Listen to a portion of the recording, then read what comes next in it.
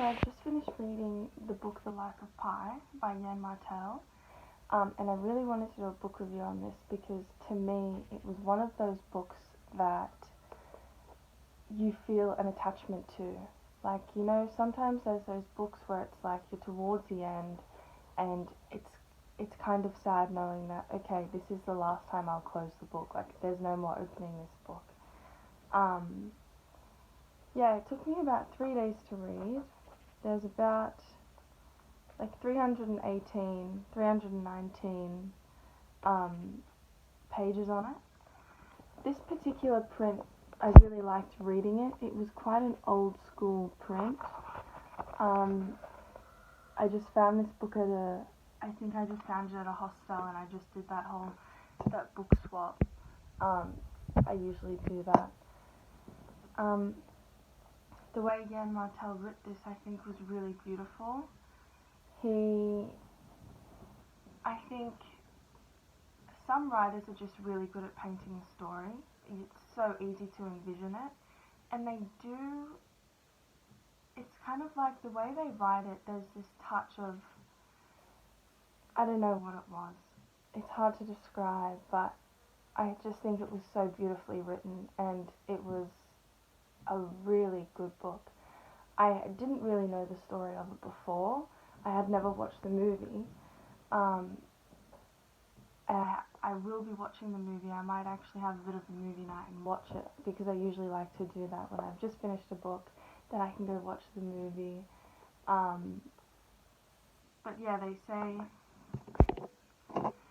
that the movie was done very beautifully. So what I'll do is I'll read out the blurb just so you can get a bit of an idea. And actually, no, I won't read out the blurb. I'll just tell you what I gathered from the book.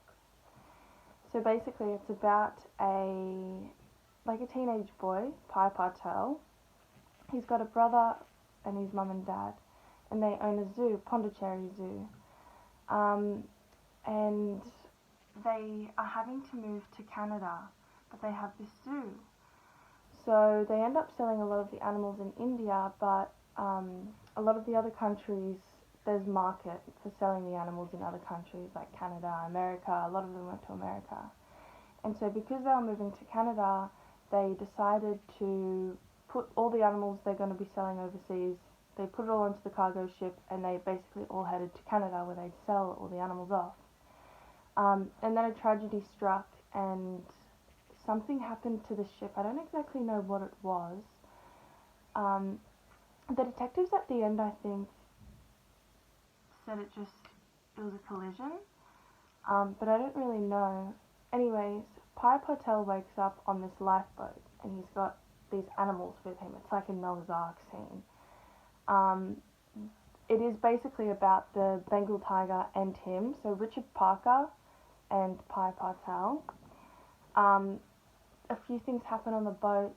Some, the dynamics of these zoo animals created some conflicts, and you really build a relationship with these animals and Richard Parker, and it kind of gives you a whole different perspective on what it would be like, to be a zookeeper's son. It's like, these animals are so much more than animals, and I don't know, it was just amazing. It was a really soul-feeding book.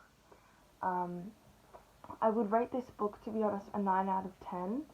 I would probably read it again.